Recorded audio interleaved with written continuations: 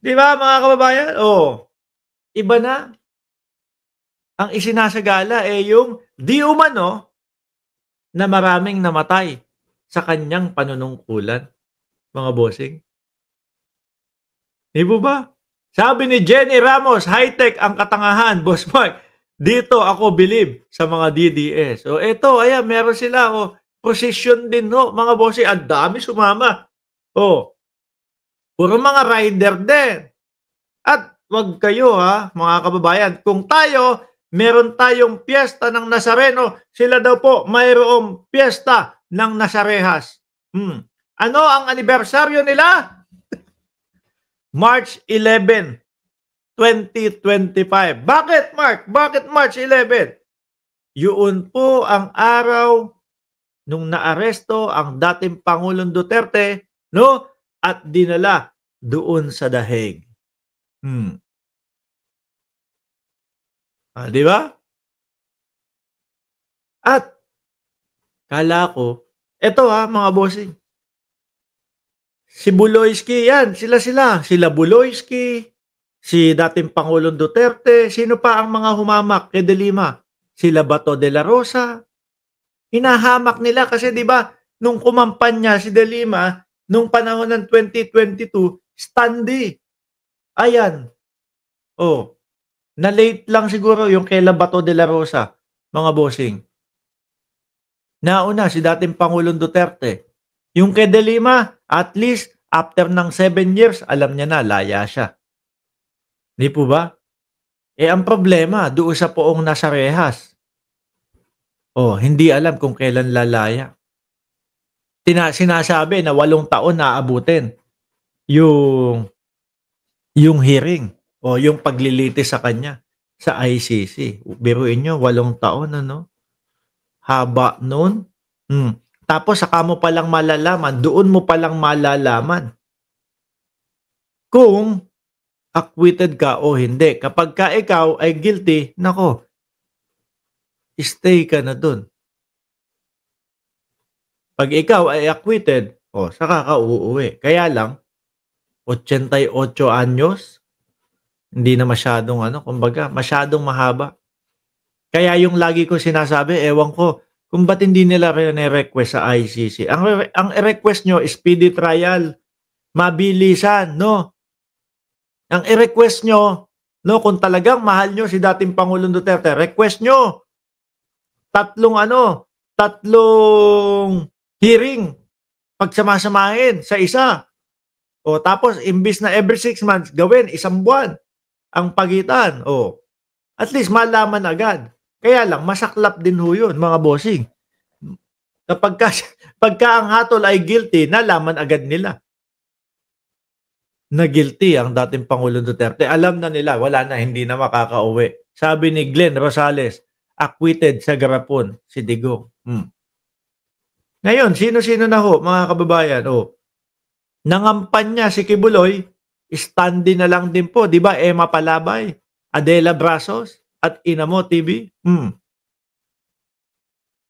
Sa madaling salita, karma ang tawag dyan. Catalina Dumangon, di ba? At ito pa, hindi lang yung mga DDS. Pati syempre si Robin Padilla, kailangan may entry dyan. Kailangan may entry dyan. Di ba? Pinuhin mo, sa ibang bansa. Sa Netherlands, naggagaganyan. Ay, Diyos ko. Di ba, hindi pa nakakapanumpa si dating Pangulong Duterte? Hanggang ngayon, di ba, wala pa. Kasi kailangan ang panunumpa niya, physical siyang uuwi ng Davao. Mukhang malabo yun. Sinubukan nyo na ba na gumawa ng standee na nakatayo ang dating Pangulong Duterte tapos nakaganon? Baka sakali pumayag ang COMELEC, di ba? Kaya lang sabi hindi daw. Kailangan is physical. Sabi ni Jenny Ramos, natatawa talaga ako sa mga DDS. Ay, nako. Buti pa tong, hindi, pero hanga ako kay Robin Padilla, mga kababayan. Pag sinabi niyang bibisita siya kay dating Pangulong Duterte at dadalasan niya ang pagbisita kay Cejoda. Ay, naka-break naman yung Senado kaya okay lang, di ba? Bibisita siya. Pero yung mga nangako na nagsasabi, hindi ko iiwanan si dating Pangulong Duterte, bibisitahin ko siya bago ang eleksyon or pagkatapos ng eleksyon, mukhang hindi na ho bibisita, mga kababayan. Si Inday Sara Duterte, wala akong narinig na siya ay bibisita ulit kay dating Pangulo. Hindi ho kaya dahil nakita niya at nalaman niya na yung pangalan niya ay kasama sa ICC. Kaya din ho ba mukhang hindi na bibisita si Bato de la Rosa? No? Dahil mismong si Inday Sara Duterte na din ho, mga kababayan, ang nagklaro na nandoon at mauuna ang mga pangalan ni Bato de la Rosa at ni Bongo. Baka kaya hindi na ho matutuloy. Kayo naman bigla tuloy nasabi ni Bato de la Rosa, bakit batat-tatat kayong bumisita ako sa ICC? Gusto niyo na ba akong makulong? Confirm ho, mga bossing. Tapos si Ellen Tordesillas, magpo-post pa, October daw, yung warrant of arrest ni Bato de la Rosa. Yari. Lalong di mapapakali yan, kagaya ni Roque. Si Roque, kung ano-ano na ho ang pumapasok sa utak, sa ulo, kung ano-ano na ho ang sinasabi ni Roque. Di po ba? Parang may sapak na ho, mga kababayan, ha? Parang kung ano-ano na ho yung mga pinagsasasabi. Speaking of Roque, sige, dakuin natin si Roque, mga bossing. Iwan na, ang galing ni Robin Padilla. Ibang klase. Aba, meron pa katabi si Robin Padilla at si dating Pangulong Duterte. Subukan nyo din, no? Yung manunumpa, tapos standy. Baka mamaya lumusot sa Comelec. Di ba? Ngayon si Roque, mga bossing. Naku etong si Panelo niyayari si Roque, mga bossing. Bakit to? Tingnan nyo, pakinggan nyo yung sasabihin ni Panelo, mga kababayan. Kasi nung una, ang sinasabi ni Panelo, umarap ka, abogado ka naman.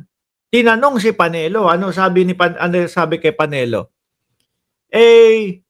Attorney, naniniwala ka ba na ginigipit ng gobyerno si Roque? Sabi ni Panelo, hindi, no?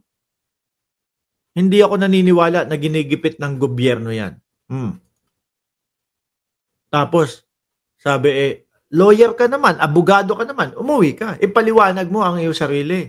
Yun ho yung unang banat ni Panelo kay Roque, mga kababayan. Junior Junel Domingo, salamat po sa inyong super sticker.